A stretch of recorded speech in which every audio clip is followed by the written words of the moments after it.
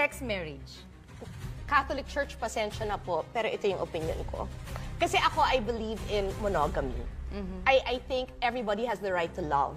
Pero I believe also that you should stay faithful. So, pwede naman eh. Ito, bago siya nakaranas ng malubhang karamdaman, alam naman natin, pero may update na cancer-free na daw si Chris Aquino. No? Pero nakita ko to, inihayag pala niya ang lubusang pagtutol sa aral ng simbahang Katoliko kaugnay sa same-sex marriage. No? Kung napansin ninyo si Father Jose Francisco Siqueira, may lektura siya na nagsasabi sa lahat ng mga Katoliko na kung buntis ang asawa mo, dapat sa loob pa lamang ng sinapupunan, ang bata ay i-consecrate mo na sa Mahal na Birhen Maria o sa Sacred Heart and Immaculate Heart of Mary, Sacred Heart of Jesus. Bakit? Dahil pwede daw umano na sa loob pa lamang ng sinapupunan ng ina ay titirahin na sa pamamagitan ng tinatawag na extraordinary demonic attack, yung obsession. Obsession, damdamin at isipan ang tinitira ng ating kalaban, ang demonyo. Na kung siya'y babae, ilagay sa kanilang isipan, hindi ka babae, lalaki ka. Kung sila'y lalaki, hindi ka lalaki, ikay babae. Kaya meron tayong katanungan dyan. Sang-ayon ba kayo sa same-sex marriage? Sang-ayon o hindi? Kung hindi, bakit? I-comment ninyo mga kapatid. Tatalakayin natin dahil mainit ito na isyu. Sa kasalukuyan, merong gustong ipasa talaga itong same-sex marriage. So, tatalakayin natin ito mga kapatid sa ating live streaming. Samahan ninyo ako. Kasinungalingan, pag palaging inulit-ulit ay magmukha talagang katotohanan para sa ating mga kapatid na kulang ang kaalaman. Ang pagkadaya ay maranasan sa iba't ibang paraan. Pero napakasakit pag madaya tayo sa pananampalataya. Dahil nanganib pati ang ating kaluluwa. Viva Cristo Rey! Pro Dio et Ecclesia!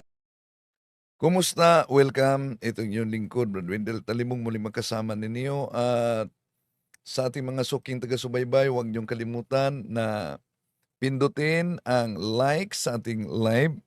Malaking tulong na yan para sa mga aming content creator. At mag-subscribe kung bago ka lang. At pindutin ang bell button para updated kayo, mag-comment at i-share ninyo.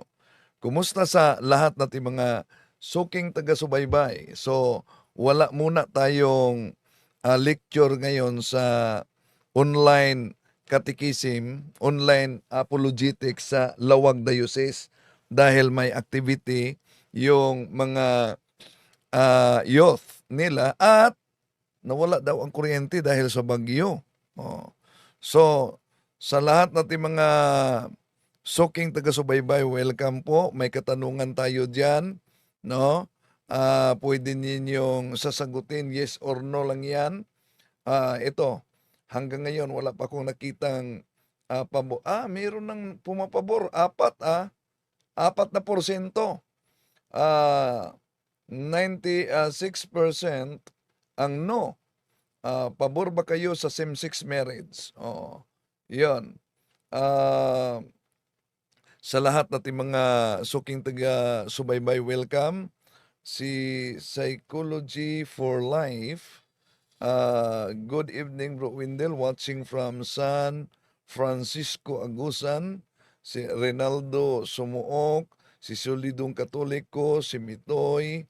Si Karina Kaaminyo. No, according to the law of God. Si Mitoy, oo nga naman. Si Michael TV, tingnan natin sa Ano, eto si kapatid na Emerson Retisa, Makintura, mayong gabi, waiting, live, Pulo, Kabog, temporary patrol base, 53rd IB, 1 ID, Philippine Army. No, hindi po ako sang-ayon. Oh, si Kuramot Iyad. Good evening, Bro Windel, at sa lahat ng mga taga-subaybay. Okay. So, answer nyo dyan, yes or no, at merong uway, so i-comment na lang ninyo. No? Shout out daw si Montañez, M-Vlogs diyan sa Mulavis, Buanga del Sur, Christine Verdi. Bro Windel, alam niyo po ba yung issue nila ni Suwara at Sir Jack Gaming? Ano yun? Si Boss Noy, shout out daw diyan sa Malibay, Pasay City. Si Christian Verdi, no, grabe. Ang mga LGBTQ. Si Merlinda Apilado, si Busnoy, si Solidong Katoliko, kung ano ang disinyong gawa ng Diyos, huwag pakialaman. Alan, pero alam nyo, may mga kapatid na tayo na nagpabago sa kanilang kasarian. Pero nang narinig nila ang katikisim, lalo na ni kay Dr. Diching, na-convert talaga sila at naging Katoliko. At iniwan na yung immoralidad, mga kapatid. So sa pagkakataong ito, tatalakayin na natin, no, itong isyong ito, mga kapatid, no, ang kaugnay sa pagtutol mismo ni Chris Aquino pala noon, isinapubliko niya ang pagtutol niya sa aral ng simbahang Katoliko. Pero nagsorry siya, no? Sorry sa Katoliko, tinanong siya, aging siya, tinanong siya kung ano ang kanyang panindigan sa LGBTQ. Same-sex marriage. Catholic Church, pasensya na po, pero ito yung opinion ko. Kasi ako, I believe in monogamy. I think everybody has the right to love. Pero I believe also that you should stay faithful. Yun. Pero pabor siya sa same-sex marriage. So, Catholic, sorry na po. Una, mga kapatid, bilang mga Katoliko, no? Bilang mga Katoliko, dapat sundin talaga natin ano ang opisyal na aral ng simbahang Katoliko, hindi ayon sa ating sariling opinyon at kagustuhan lamang. Although mainit na issue ang same-sex marriage, mga kapatid, dahil may mga panukala kasi. At yun ang dahilan kung bakit tumakbo sa party list si Dr. Rene Joseph Bulyeser sa buhay pero di nakapasok para tutulan itong mga panukala na gawing legal sa ating bansa ang same-sex marriage. Ito'y taliwas talaga sa aral ng simbahang Katoliko at aral ng Diyos, mga kapatid. Malinaw po ang turo ng simbahang Katoliko, nakatala yan sa Catechism of the Catholic Church. Kaya bilang Katoliko si Chris, di pwedeng susunod lang tayo sa sariling opinion at kagustuhan natin. Ito ang sabi ng Catechism of the Catholic Church 1601, the matrimonial covenant by which a man and a woman establish between themselves a partnership the whole of life is by its nature ordered toward the good of the spouses and the procreation and the education of offspring. This covenant between baptized persons has been raised by Christ the Lord to the dignity of a sacrament. Kaya, bakit? Mga kapatid, alam natin, di tayo ang may-ari sa ating katawan. Ang Diyos ang may-ari sa ating katawan. No? Kaya, kung meron mang pagtatalik, dapat hihingi tayo ng pahintulot sa Diyos sa pamamagitan ng sakramento ng simbahan. Marriage is nasa plano talaga ng Diyos. At ayon pa sa Catechism of the Catholic Church, ito ang mabasa natin, Sacred Scripture begins with the creation of man and woman in the image and likeness of God, and includes with the vision of the wedding feast of the Lamb. Scripture speaks throughout the marriage and its mystery, its institution, and the meaning God has given it, its origin and its end, its various realizations throughout the history of salvation, the difficulties arising from sin, and its renewal in the Lord, in the new covenant of Christ and the church. Bakit sang-ayon si Christ? Sorry daw umano sa mga sa simbahang Katoliko. Sabi niya, Same-sex marriage. Catholic Church, pasensya na po, pero ito yung opinion ko. Kasi ako, I believe in monogamy. I think everybody has the right to love. Pero I believe also that you should stay faithful. So, pwede naman eh. And I think dapat magkaroon ng recognition of civil unions. pwede. Sa kanyang opinion, pwede naman. No? Yung lalaki, babae, babae. Eh, di ba nila napansin na kahit nga babae, lalaki, magkahiwalay pa? Na ikinasal na sa simbahan, pero may mga nagkahiwalay pa. Babae yan at lalaki, may mga nagkahiwalay pa. Kahit ikinasal yan, kahit bunga-bunga pa ang kanilang kasalan, pero nagkakahiwalay pa, yun pa kayang lalaki, babae, tandaan natin, no?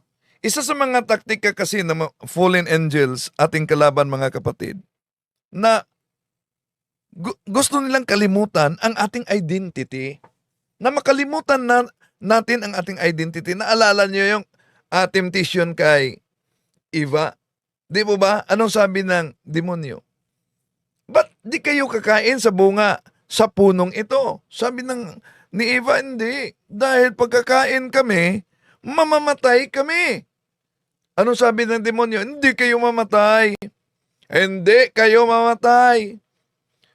Bagkos, magiging kayong katulad sa tagapaglikha ninyo.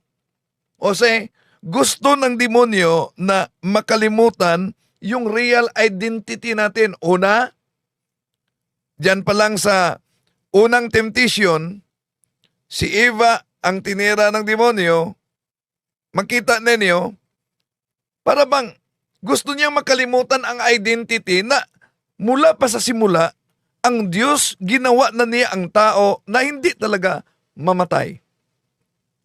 Ino-offer ng demonyo yung tinatawag na empty promise. Di ka mamatay, di kayo mamatay. Bagkus, magiging katulad kayo sa tagapaglikha ninyo. Gusto ng demonyo na ang tao ay kumikilala sa kanyang sarili bilang Diyos din. At yun ang ginawa ng demonyo sa kanila. Bilang mga fallen angels, sila ay mga anghel noon. Ngunit, di nila matanggap na sila ay mga anghel. Para sa kanila, sila din ay mga Diyos. Kaya alam nyo ba, kahit sa deliverance at even sa solemn exorcism mga kapatid, even solemn exorcism sa mga kaparian na mga exorcist, may mga demonyo na magsabi, sa pamamagitan ng katawan ng sinaniban. Worship us, we are your gods. Pansinin ninyo, plural ang ginagamit. Worship us, we are your gods. So yun, di nila matanggap na sila'y mga anghel, para sa kanila sila'y mga Diyos. At yung damdamin na yan at isipan na yan ng mga fallen angels, gusto nilang i-share sa tao. Kung ikay lalaki, tinitira nila yung isipan at damdamin, hindi ka lalaki, babae ka. Kung ikaw na may babae, hindi ka babae, lalaki ka. O, yun ang realidad. At yun ang di alam. Pagkatapos, buwit na lang sa Estados Unidos ni President Trump ay di na niya pinapayagan ito. Pero, unti-unti dito sa atin, may mga nagplano talaga na magiging legal ang same-sex marriage. Okay, tuloy natin.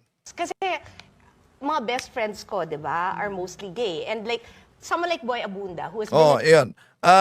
Yun ang dahilan na tinututulan niya ang aral ng Simbahang Katoliko ni Chris dahil sa kanyang mga kaibigan.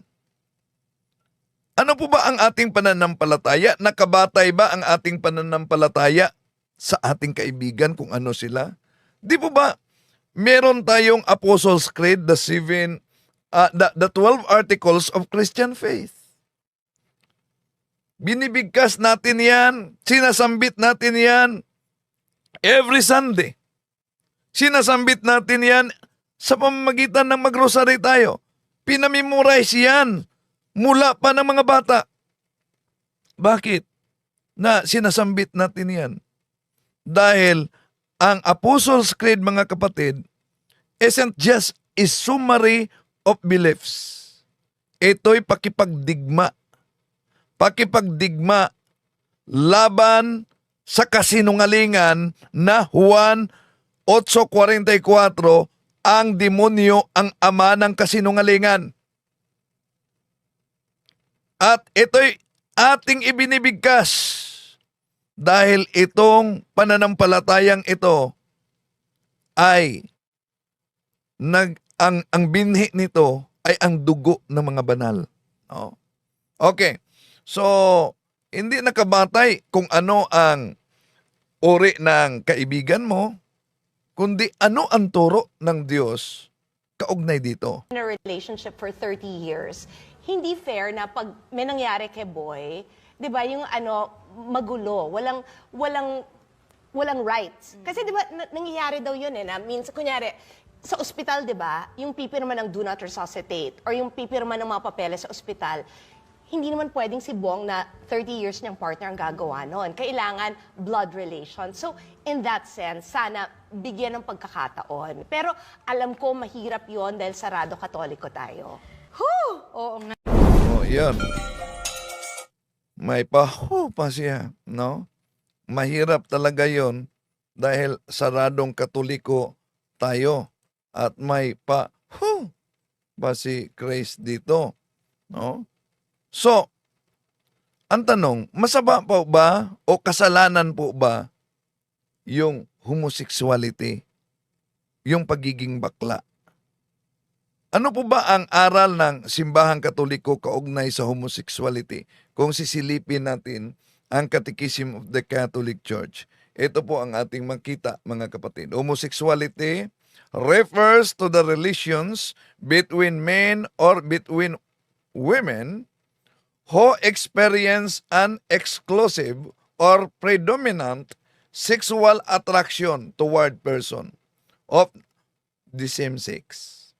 It has taken a great variety of forms through the centuries and in different cultures. Its psychological genesis remains largely unexplained, basing itself on the sacred scripture, which presents homosexuality acts as acts of grave pravity, tradition has always declared that homosexual acts are intrinsically disordered. They are contrary to the natural law. They close the sexual act to the gift of life. They do not proceed from the genuine affective of sexual complementary. Under no circumstances can they be approved. Yun ang turo ng simbahang Katoliko kaugnay sa homosexual, mga kapatid. Isang malaking kasalanan ayon po sa banal na kasulatan at ayon din sa banal na tradisyon ang Homosexuality Act. So kapag ang isang tao, bakla o tomboy, ay makipagrelasyon, yan ang punto, makipagrelasyon sa kapwa lalaki o kapwa babae, isang relasyon na malaking kasalanan. Ano ang sabi sa Biblia? Malinaw ang sabi sa Leviticus chapter 18 verse 22. Huwag kayong makipagtalik sa kapwa ninyo lalaki. Iyan ay karumaldumal. So, very biblical, hindi batay lang sa ating opinion, batay sa ating damdamin. Diba? Leviticus kapitulo 20 versikulo 13. Ang lalaking nakikipagtalik sa kapwa lalaki ay gumagawa ng karumaldumal na gawain at pareho silang dapat patayin. Yun ang batas ng mga Hudyo noon, no? Na karumaldumal. Bakit karumaldumal? Sapagkat ang ganitong gawain ay hindi natural. Hindi natural para sa kanila. Malinaw po ang nakasulat sa Biblia. Kung basahin natin ang nakasulat sa Judas Kapitulo 1, versikulo 7, ito po ang ating mabasa. Alalahanin din ninyo na ang Sodoma at Gomora ay mga karatig lungsod.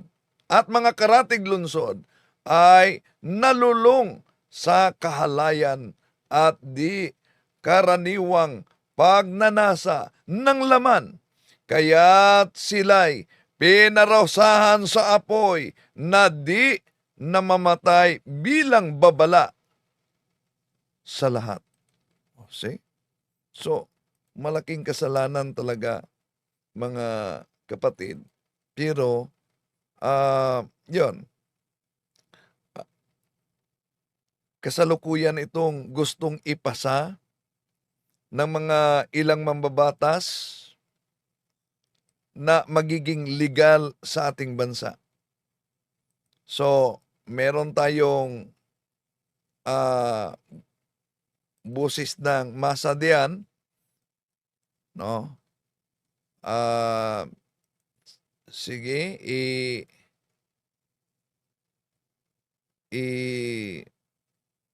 sagutin nyo, pindutin nyo dyan, mga kapatid, kung sang-ayon ba kayo sa batay sa ating katanungan.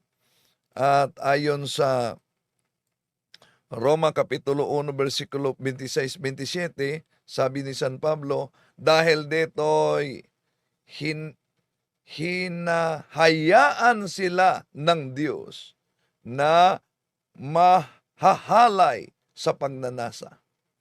Ayaw nang makipagtalik ng babae sa lalaki. At sa halip ay sa kapwa babae sila nakipag-ugnayan. Sa ganoon din, ang mga lalaki ay ayaw makipagtalik sa mga babae at sa kanilang kapwa lalaki na sila'y nahuhumaling. Ginagawa nila ang mga kasuklam-suklam na bagay, kaya't sila'y parorosahan ng nararapat sa kanilang masasamang gawa. So, malinaw ang sinabi diyan sa banal na kasulatan at turo ng simbahang Katoliko. Kaya mga kapatid, no, ang issue kaugnay sa same-sex marriage ay isang malinaw na aral na nasa kalaban mismo. Dahil di nila matanggap na sila'y mga anghel. Para nila, sila'y mga Diyos. I am Catholic, I am the light, I am the